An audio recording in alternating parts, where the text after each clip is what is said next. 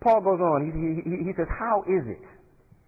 How is it that you can have the understanding that before you knew God, you were slaves to these little g gods, but now you've actually been introduced to God and brought into a relationship with God where you know God and God knows you? How is it that you are turning back? How is it? And he says, how is it that you are turning back to these principles? Is that what he says? To these weak and miserable principles. How is it? How is it? I want to understand something. Remember last week, Paul said that these were elementary, these were base, these were foundational teachings, right? Right? He says that the law does serve a purpose, but the purpose of the law is not salvation. The purpose of the law is not to acquire or achieve righteousness. Is that right? And he's asking the Galatians right here. He's saying, how is it that you are about to turn back to these elementary things, to these foundational notions, to these figments of your imagination about God? And remember what he says in the sermon last week. He says that an immature heir is just the same as a slave. Right? He says you're an heir, which means you lay claim. You own the whole estate. But because you are an immature heir, you are under governors and teachers, you're under tutors and guardians, and even though you're an heir, your immaturity makes you just the same as a slave. Is that right? Is that right? Now, I want us to understand what Paul is saying here. Now, we've got to understand that the Galatian church was a predominantly Gentile church. Right? Remember earlier, Paul said, those of us who were under the law, we know there's no salvation in the law. But the Gentile church is predominantly a Gentile church. That means that these are people who were not previously under the law. Right? That's important. Why is that important? Because Paul says, why is it that you are going to turn back, or how is it that you're going to turn back to these principles? He didn't say that they were going to turn back to their practices. Because if any of these Galatian turned Christian, or idol worshiper turned Christian, if any of these were religious people before they came into Christianity, they were idol worshipers, pagan worshipers, right? So when Paul says, how is it that you're going to turn back, he's not saying, how is it that you're going to turn back to idol worship? That's not what they were turning back to. What is that? What are they being threatened with? They're being threatened with the false teaching of having to adhere to the Mosaic law. Right? So Paul isn't saying that how are you turning back to the practices of idol worship. He's saying, how is it that you are turning back to the principles of these elementary notions of God? See, earlier you were trying to reach God through pagan worship, through idol worship. Now you're considering trying to reach God through the law. If the trait is there, the trait is going to manifest itself in some way. And you're simply trading in your idol for a new idol that they're calling the law. Are we okay with that? Amen? Amen? Just like we're saying now, no Christian person is going to try to go back to Mosaic law to reach God, but we have people who are trying to get some new version of the law to reach God. Same trait. It's the same principle. And Paul is saying, how is it that you're going to turn back to these basic, elementary, fundamental principles about God, because these immature principles make you a slave?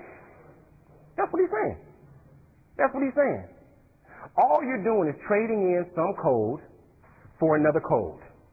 And the thing about it is that you're not just trading in a code for a code. You trade in a code to get to know God and get into a relationship with God. Now you're willing to give up your relationship with God to adhere to another code. That's what he's saying. Do we get that? Do we get that? How is it that you're turning back? What are they turning back to? They're turning back to the false principles of approaching or knowing God. What are they turning back to? They're turning back to the false teachers that were teaching people were to approach God by the law. Same principle. And it's the same principle that threatens us today. Nobody is holding up Mosaic law and saying you have to follow this Mosaic law in order to be right with God. What are they holding up? A new version of the law. A new version of the law. Amen? Amen? Yeah, y'all don't agree with that? We can talk it out. I'm here. We can talk it out. Telling you must do this. You must do that. And these are the things that show you to be. Amen? Amen? And again, whether it's the new law, or whether it's the old law or a newer version of the law, Paul says that if you adhere to the law, once you violate one point of the law, you violated the whole thing. Amen? Amen? Grace is never taken out of the equation. Forgiveness of sins is never taken out of the equation. Amen? So what do we do? Okay, I'm under the old law. Christ hasn't come yet. I'm an Israelite. So what do? Well, I got to make sure I kill some doves. I got to make sure I kill some goats. I got to make sure I put my sacrifice on the altar. I got to make sure the high priest goes into the Holy of Holies on my behalf. I have violated the law. And since because I violated one part of the law, I have now violated the entire law. But guess what? There is atonement for me. Isn't there atonement for me? Goats, doves, herbs, drink offering, priests go to the Holy of Holies. There are seasons of atonement. There are ceremonies. There is atonement for me. Amen? That's the law. I'm over here now because now Christ is coming. There's a whole lot of grace, right? I have sinned. I've broken one of the rules that some of the people say are the rules that I have to follow. But guess what I have to do? No doves, no goats, no herbs, no high priest going to the Holy of Holies. I just go through I go through the new ceremony. The new ceremony. And I take the walk of shame.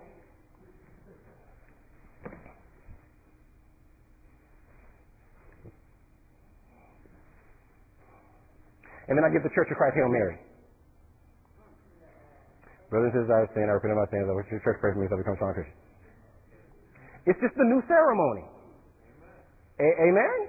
It's just the new ceremony. Old method of atonement, new method of atonement. Old method of atonement for the old law, new method of atonement for the new law. Amen? Amen? And that's why we get those silly questions. Right? Everybody, you ever hear the question? You know, everything is good. You're a good Christian. You're a faithful Christian. You go to church every Sunday because that's what faithful Christians do. That's what it means to be a faithful Christian. And then you step off the curb and you see you're about to get hit by a bus and you and you cuss. And then the bus hits you and you die.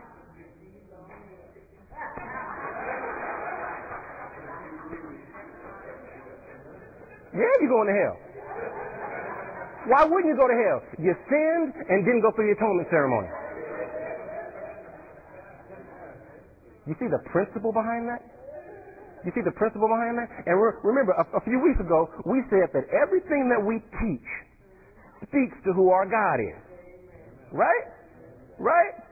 Now, that very principle is going to make us believe that a loving God who came to earth from heaven, that a loving God who took on flesh, being all righteousness, that a loving God who was blameless yet was convicted as a blasphemer, that a loving God who used all of his power, all of his authority, all of his might to benefit mankind, a God that loves us that much is going to play technicality games with us.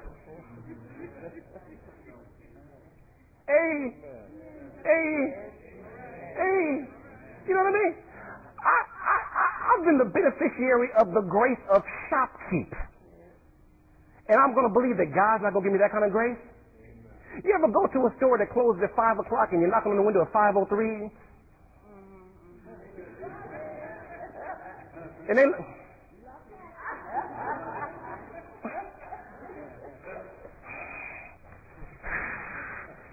I ain't going to do this every day now. But you get some grace. And you're going to tell me that Baskin Robbins is going to give me some grace and God won't give me grace? He's saying, why is it that you understood yourselves to be slaves to these little g gods, and then you were introduced to Christ, and you came to know and be known by the real God? How is it that you are now willing to turn back to those very same principles that made you slaves? Why are you going to choose another little g God?